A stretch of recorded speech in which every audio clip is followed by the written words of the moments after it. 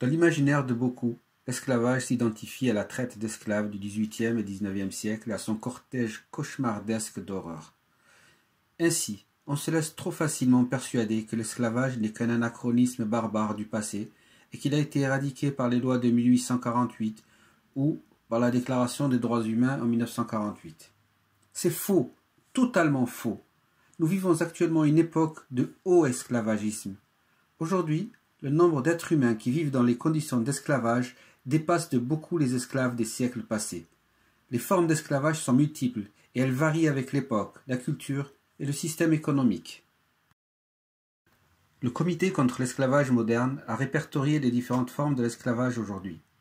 Il y a l'esclavage pour dette. Il touche des millions de personnes dans le monde. Quand la misère est trop grande, une personne contracte une dette que leur prêteur leur demande de rembourser en travaillant pour lui. Toute la famille se retrouve ainsi aliénée jusqu'au remboursement. Les esclaves travaillent tous les jours de l'année contre un peu de nourriture et un abri. Le plus souvent, leur travail n'arrive jamais au bout de la dette, qui peut même se transmettre à leurs enfants. Le travail forcé. Il concerne les personnes contraintes sous la menace d'effectuer des travaux difficiles dans des conditions parfois dangereuses. Leur rétribution est inexistante et ils sont souvent enfermés, privés d'identité, soumis à des violences physiques et psychologiques. Les enfants sont les principales victimes, mais les adultes, hommes et femmes, sont aussi concernés. Des briqueteries de l'Inde aux champs de cacao du Bénin, en passant par la mendicité forcée ou le vol à la tire dans les capitales européennes, les courses de chameaux dans les pays du Golfe et la servitude domestique dans le monde entier. Une famille complètement brisée.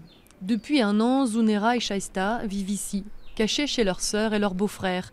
Mais avant d'arriver, elles ont passé 4 ans en enfer, emmenées à Dubaï par une voisine qui leur promettait du travail en tant qu'esthéticienne. Je vois des dizaines d'enfants qui traînent. Des proies faciles pour des gens mal intentionnés.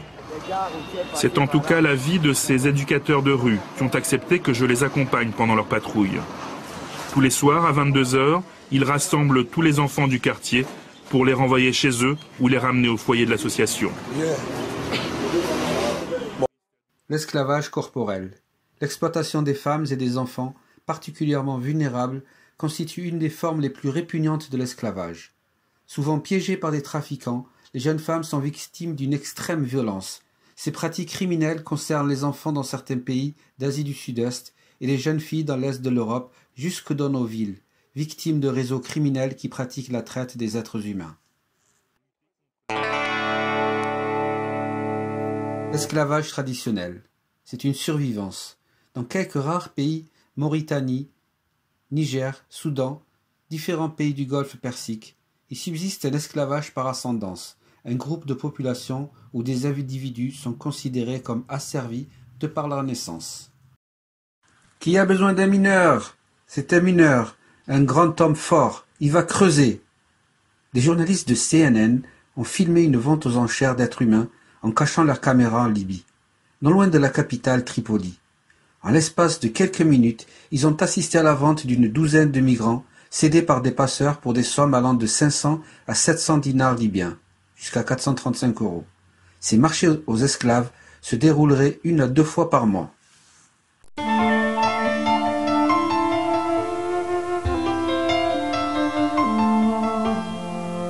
Selon Amnesty International, c'est l'Europe qui est en cause dans la crise de l'esclavage en Libye. Il y a un véritable système de traite de personnes. Les migrants viennent de Sénégal, de la Gambie, du Nigeria. Ils traversent le désert dans des conditions épouvantables. Quand les migrants arrivent en Libye, ils sont tout de suite mis dans des centres de détention dont les conditions sont horribles. Tout est arbitraire, l'accès à la nourriture, aux soins et à l'air est épouvantable.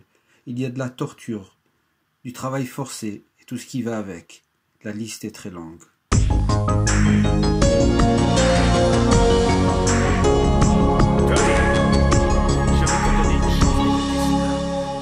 Peut-être que M. Waller voudra que tout le monde profite de ce jour béni. Je te préférerais en bonne santé, pour que tu puisses travailler dur. Tout ce que tu as à faire, c'est de me dire ton nom.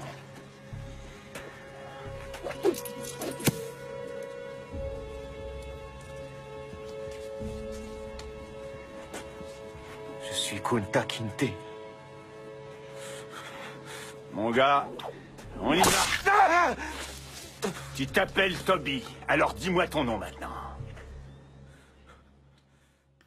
Béatrice Vaugrandt, d'Amnesty International, indique qu'il est difficile de connaître le nombre de migrants victimes du système de traite.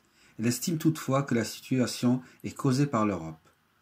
Selon elle, l'Europe a abandonné son devoir d'accueil. Elle a fermé la route par la Turquie. L'Europe a un grand rôle à jouer en repoussant ses frontières sur la côte libyenne et en donnant le mandat aux gardes-côtes libyens de juguler le flot de migrants. Il y a beaucoup plus de noyés que les années précédentes. Le système de secours de l'Europe n'existe presque plus. L'Europe ne sauve plus de vies en mer et n'offre plus de passages légaux sécurisés. Des centaines de milliers de réfugiés et de migrants pris au piège en Libye sont à la merci des autorités, des milices, des groupes armés et des passeurs qui travaillent souvent en bonne entente par appât du gain.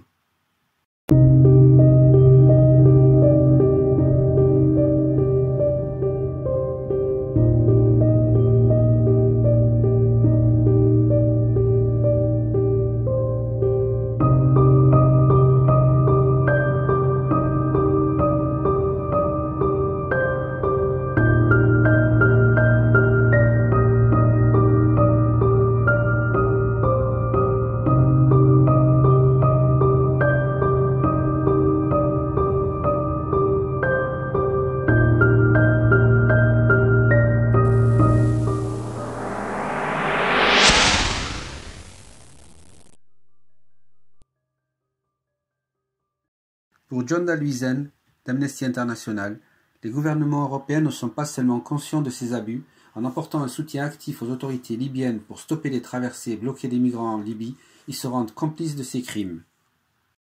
Les responsables sont les dictateurs africains et les impérialistes occidentaux. Pour le chroniqueur du Monde Afrique, l'indignation face au racisme ne doit pas faire oublier les causes politiques et économiques du trafic des êtres humains.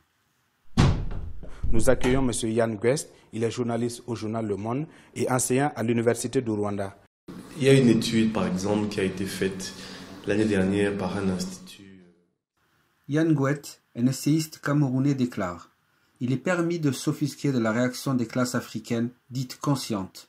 Dès le lendemain de la diffusion de la vidéo de CNN, plusieurs d'entre nous ont pointé un doigt accusateur sur la Libye et sur le racisme arabo-musulman. Les représentations libyennes à travers le monde ont été prises d'assaut. Bien sûr, le racisme est un fléau dont souffrent les migrants subsahariens en Libye. Mais le racisme est une réalité dans de nombreux pays à travers le monde qui n'hébergent pas pour autant une industrie de la déshumanisation. Les principaux responsables du commerce de la honte en Libye sont les dictatures africaines qui réduisent leur peuple à l'indignité et les contraignent à l'exil. La coalition occidentale, France, Royaume-Uni, États-Unis, qui a déstabilisé la Libye et les gouvernements de l'Union européenne. Ce sont ces acteurs, et en premier lieu, les dirigeants africains qui auraient fallu mettre à l'index.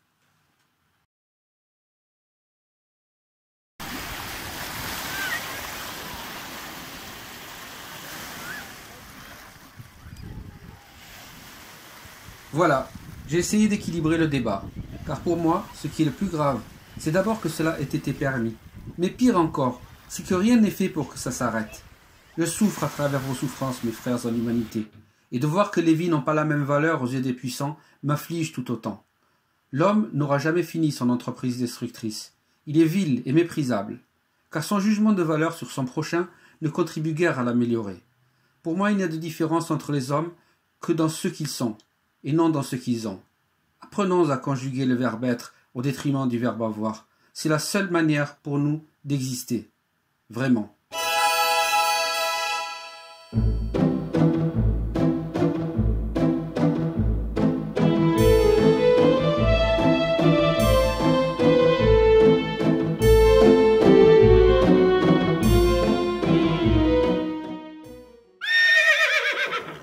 Je suis Soliman et mon nom est lu dans la prêche du vendredi à la Mecque et à Médine. À Bagdad, je suis le Shah.